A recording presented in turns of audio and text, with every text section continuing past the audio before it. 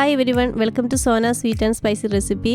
ഇന്ന് നമ്മളെല്ലാവരും ഇഷ്ടപ്പെടുന്ന ഷ്രിമ്പും അതുപോലെ കൂണും ചേർന്നുള്ള ഒരു റോസ്റ്റാണ് ഞാനിവിടെ ചെയ്യുന്നത്. ഇത് ചോറിൻ്റെ കൂടെ കഴിക്കാൻ നല്ലൊരു സൈഡ് ഡിഷാണ്. അപ്പോൾ ഇതിനു വേണ്ടി ഞാനിവിടെ കുറച്ച് കൂണെല്ലാം റെഡിയാക്കി വെച്ചിട്ടുണ്ട്. അതുപോലെ ഒരു 400 ഗ്രാമോളം ഷ്രിമ്പ് എടുത്ത് വെച്ചിട്ടുണ്ട്. ഇനി ഇതിന് വേണ്ട ബാക്കിയുള്ള ഇൻഗ്രീഡിയൻസ്: ഒരു സവാള ചെറുതായിട്ട് സ്ലൈസ് ചെയ്ത് വെച്ചിട്ടുണ്ട്. പിന്നെ കുറച്ച് കറിവേപ്പില ഞാനിവിടെ എടുത്തിട്ടുണ്ട്. പിന്നെ വേണ്ടത് ഒരു മീഡിയം ടൊമാറ്റോ ചെറുതായിട്ട് കട്ട് ചെയ്ത് വെച്ചിട്ടുണ്ട്. പിന്നെ ഗാർലിക് ഒരു 5 എണ്ണം എടുത്തിട്ടുണ്ട്. അതുപോലെ തന്നെ ഒരു ചെറിയ കഷ്ണം ഇഞ്ചിയും, ഇതെല്ലാം ചെറുതായിട്ട് സ്ലൈസ് ചെയ്ത് വെച്ചിട്ടുണ്ട്. പിന്നെ 3 പച്ചമുളക്, ഇതിന് നല്ല എരിയുള്ള പച്ചമുളകാണ്, അത് ഓരോരുത്തരുടെ എരിവ് അനുസരിച്ച് എടുക്കാവുന്നതാണ്. മുളക് പൊടി 1/2 ടീസ്പൂൺ, കടുക് ഒരു 1/2 ടീസ്പൂൺ, കാശ്മീരി ചില്ലി പൗഡർ ഒരു 1 ടീസ്പൂൺ, മസാല പൗഡർ 1/2 ടീസ്പൂൺ. ഇത് ഞാൻ പെരുംജീരകവും പട്ടയും ഗ്രാമ്പും ഏലക്കായും എല്ലാം കൂടി പൊടിച്ച് വച്ചിരിക്കുന്നതാണ്. മഞ്ഞൾപ്പൊടി 1/4 ടീസ്പൂൺ, ഉപ്പ് ആവശ്യത്തിന്, പിന്നെ കുരുമുളക് പൊടി 1/2 ടീസ്പൂൺ.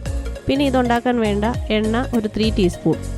ഇനി നമ്മൾ സാധാരണ ചെയ്യുന്ന പോലെ തന്നെ ഒരു പാൻ അടുപ്പത്ത് വെച്ച് പാൻ ചൂടാകുമ്പോൾ അതിലേക്ക് നമ്മൾ നേരത്തെ എടുത്ത് വെച്ച എണ്ണ ഒഴിച്ചു കൊടുക്കാം. എണ്ണ ചൂടാകുമ്പോൾ അതിലേക്ക് കടുകും, ആ കടുക് പൊട്ടി കഴിയുമ്പോൾ അതിലേക്ക് വെളുത്തുള്ളി ഇഞ്ചിയും കൂടെ ചേർത്ത് നന്നായിട്ടൊന്ന് ഇളക്കി കൊടുക്കാം.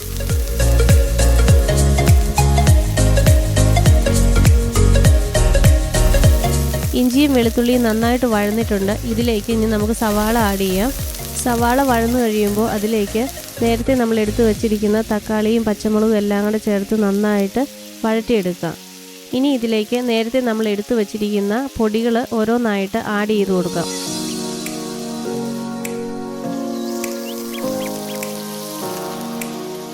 ഈ പൊടികളെല്ലാം ആഡ് ചെയ്തതിന് ശേഷം കുറച്ച് നേരം നമ്മൾ നന്നായിട്ടൊന്ന് ഇളക്കി കൊടുക്കണം. അതിൻ്റെ ആ പച്ചമണമെല്ലാം നന്നായിട്ട് മാറിയതിന് ശേഷമേ നമ്മൾ ബാക്കിയുള്ളതെല്ലാം ചേർക്കാവുള്ളൂ. ഇനി ഇതിലേക്ക് നേരത്തെ നമ്മൾ റെഡിയാക്കി വെച്ചിരിക്കുന്ന മഷ്റൂം ചേർത്ത് കൊടുക്കാം. അതിൻ്റെ കൂടെ തന്നെ ഷ്രിമ്പും കൂടി ചേർത്ത് കൊടുത്താൽ മതി, വെയിറ്റ് ചെയ്യേണ്ട കാര്യമില്ല. ഇനി നന്നായിട്ട് ഇതൊന്ന് ഇളക്കി കൊടുക്കാം. അപ്പോൾ ഇതിലേക്കെല്ലാം ഒന്ന് നന്നായിട്ട് പിടിക്കുന്നത് വരെ നന്നായിട്ടൊന്ന് മിക്സ് ചെയ്ത് ആവശ്യത്തിന് ഉപ്പ് കൂടി ചേർത്ത് നന്നായിട്ടൊന്ന് ഇളക്കി കൊടുക്കാം.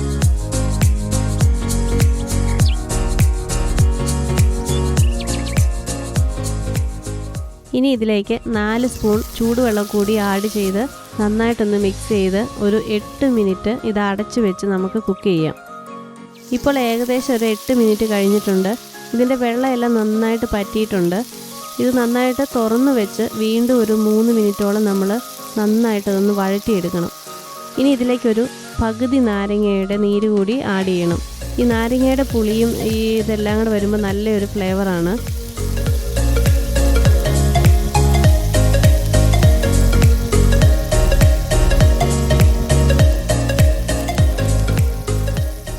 ഇപ്പോൾ കൂണും ഷ്രിമ്പും കൂടെ ഉള്ള റോസ്റ്റ് റെഡി ആയിട്ടുണ്ട്.